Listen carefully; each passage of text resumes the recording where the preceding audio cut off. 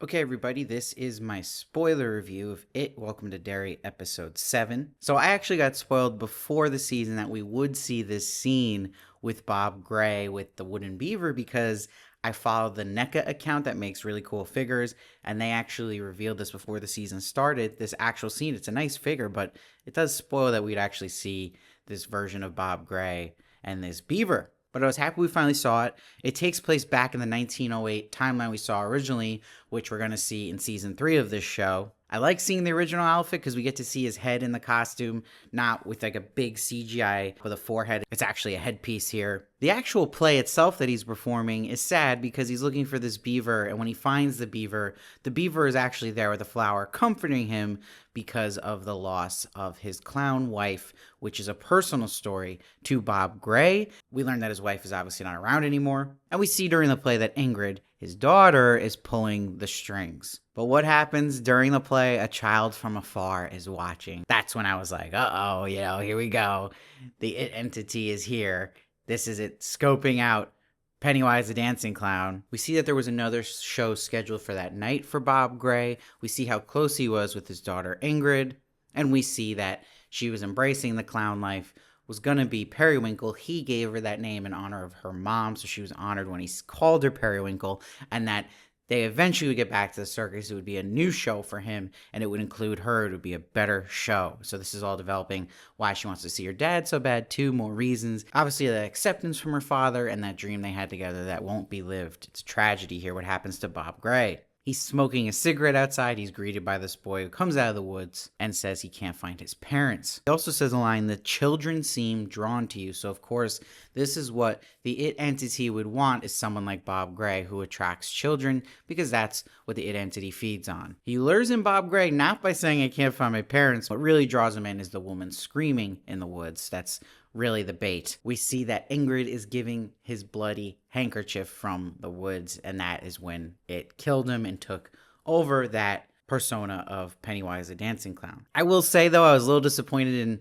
the reveal of this, in that I thought there'd be more meat to the bone in the story of Pennywise and Bob Gray, and it kind of just seemed by the numbers. This was a man who was a clown, who made kids happy, they were attracted to him, and the It entity picked him because that is what he wants to be attracted to him, children. So that's it. That's the story, and he killed him. The end, so I thought there'd be more into the character of Bob Gray in itself. So I hope that in the 1908 season, they can elaborate more on what happened with his wife and give more story to it, and even more story with young Ingrid. It's weird to me they showed this in this season, that I hope they'll still have stuff left to reveal in the third season of 1908 that we already know what happens to Bob Gray. So I don't know how much I like all of what happened here, but it was still cool to see.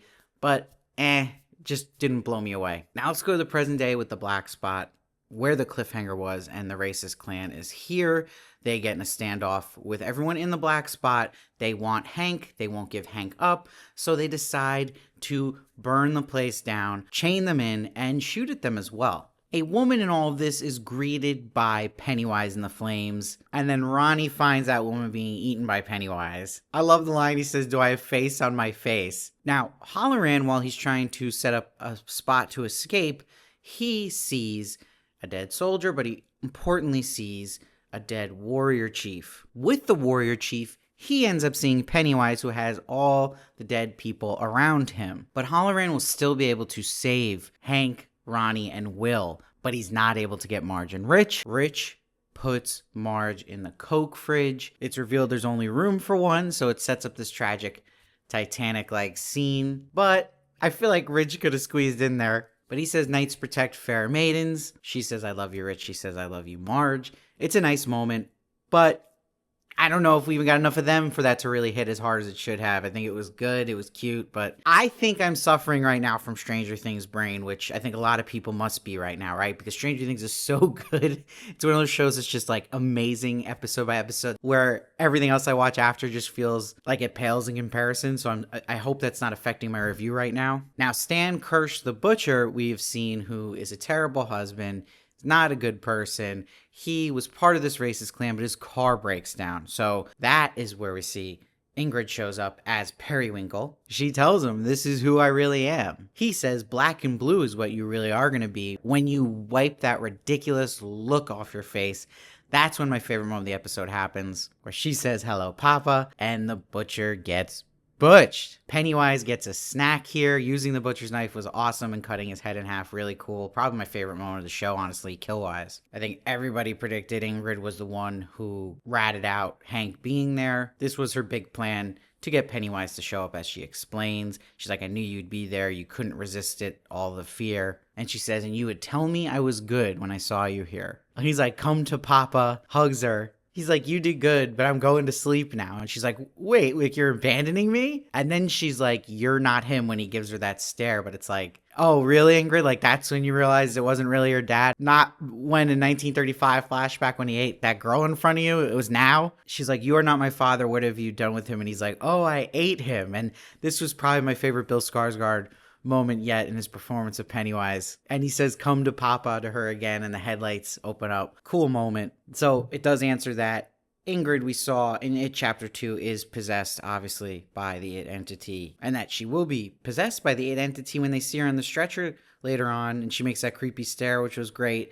And we are definitely not done with her. They have to have some resolution with her and Hank's love story, and that she trapped him in all of this. So we'll see where that goes, and they better show her again, because that has to be resolved, and Hank knowing what she actually is. Now, when the kids come to find Rich, they play that somber music we've heard in the It movies, which is a nice touch. It's sad that the It entity is laughing at them through another woman while they are grieving, but Halloran will tell Leroy that the entity is not here anymore. It's like a light went out. So this, we know now, is It truly is going to sleep. But one of the soldiers here is like, Shaw is going to be mad. There's more dead airmen, and there's no pillars found. So that's when Halloran's like, "I think I know where a pillar is." He says he saw it in the war chief's head, and it's where that war chief was buried. So now that Leroy knows that the It entity is gone, he tells Charlotte to take Hank back to Derry. And he's like, "Oh, I think we'll be good for now," which obviously was short-lived. We also hear on the radio the Black Spot fire is said to have been an electrical fire, and they're saying rest in peace to Stanley, and that he's this good man, and job well done to the police for finding Hank. But they do think Hank is dead, which actually gives Hank some relief here, and Charlotte, that there's not this big witch hunt happening. Now, when Rose and the children of Maltrin are talking about that the entity is now asleep for 27 years, I love when one of the older members says, "See you in 27 years. In my head, I was like, are you sure about that? But Rose is saying, focus on the lives we saved, the ones we protected, keeping this thing in its cage. And they're showing you this line too, because it's setting up how this cage is about to be broken. But before we even get to that, we do see a scene here with Marge and Ronnie going to see Lily to update her about what happened with Rich. What's important here is Lily does not look well. She looks worse. And it's because she is holding that dagger, so it's affecting her. So we'll see what goes on with Lily. I'm really interested in that and how they wrap her story in the finale. Halloran leads Shaw to the burial ground. They find the turtle shell that was buried in the ground, and in it is a starstone, aka a pillar. And now Leroy's given the truth of the matter. What's happening? That they're not just moving the pillar up, that they're going to test it. And that's when Leroy's like, well, that's like leaving the cage door open, which exactly is what's happening here. So we see at the lab, Shaw's crew's about to put it in the fire, in the incinerator. Leroy comes in with a gun and stops him momentarily, but that's when Shaw really reveals his true self. He doesn't want to use the entity to stop a world war. He wants to use it to stop a civil war here. He says one thing that makes people really listen is fear. He says the fear, it's quiet today. Like he's saying even the effect of what happened last night. Look how it's quiet out there. So this is his plan. He just wants to let this thing loose, suppress all the righteous anger too that's out there. And then they actually burn this pillar. And he says, make sure that man does not leave this base, talking about Leroy. So it's like, oh God, I can't believe they did this. Especially Shaw, who should know better from his childhood. It's